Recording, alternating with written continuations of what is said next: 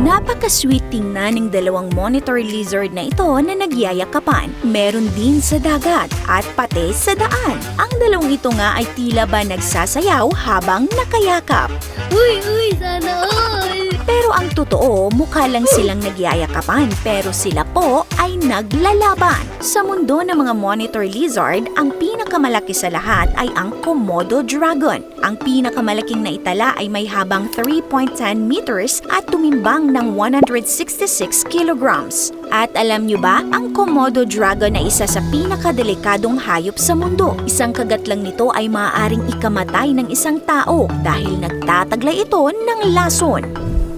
What, guys? Look at this! He's chowing it down just like, oh man, this is what they live for!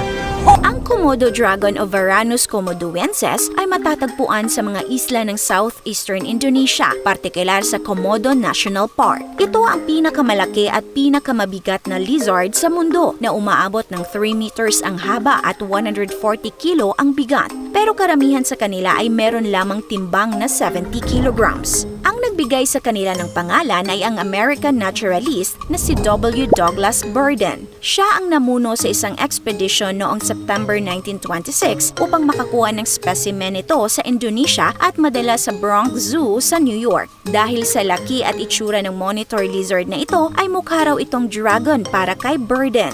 Ayon sa Denver Zoo Conservation Alliance, ang Komodo dragon ay merong 60 na matatalas ng ngipin na aabot sa 1 inch o 2.5 centimeters ang haba. Mayroon itong powerful na mga binti at matatalas na kuko. Malapad at flat ang ulo nito at pabilog ang nguso. Kapansin-pansin din ang mahabang dila nito na tulad ng sa ahas. Ang laway ng Komodo dragon ay nagtataglay ng maraming bakterya na nakakalason. Mayroon ding venom sa ibabang panga nito na pumipigil sa blood clot o paghilom ng sugat. Kaya makatakas man ang biktimang nakagat nito ay maaaring bawian pa rin ng buhay dahil sa matinding pagkawala ng dugo. Sa isa sa mga isla kung saan ito matatagpuan ay kilala ito bilang katakot-takot na predator. Kumakain ito ng usa, kalabaw, baboy at maging tao. Bagamat madalang, may mga naitalang pag-atake ng Komodo dragon sa tao. Kagaya na lamang noong 2007 nang mapatay nito ang isang 8-year-old na batang naglalaro sa Komodo Island. Sa palagay ng mga rangers, maaaring gutom noon ang Komodo dragon dahil natutuyo na ang katubigan at dumadalang na rin ang ibang hayop. At alam nyo ba, maging ang mga batang Komodo dragons ay delikado sa mas malalaking Komodo dragons dahil kinakain din nila ito. Kaya sa unang ilang taon ng kanilang buhay, naninirahan ang baby Komodo dragons sa mga puno kung saan hindi sila maaabot ng malalaking Komodo dragons. Territorial ang mga Komodo dragons. Ang mga lalaki ay kayang i-defend ang kanilang territory na maaaring umabot sa 2 square kilometers.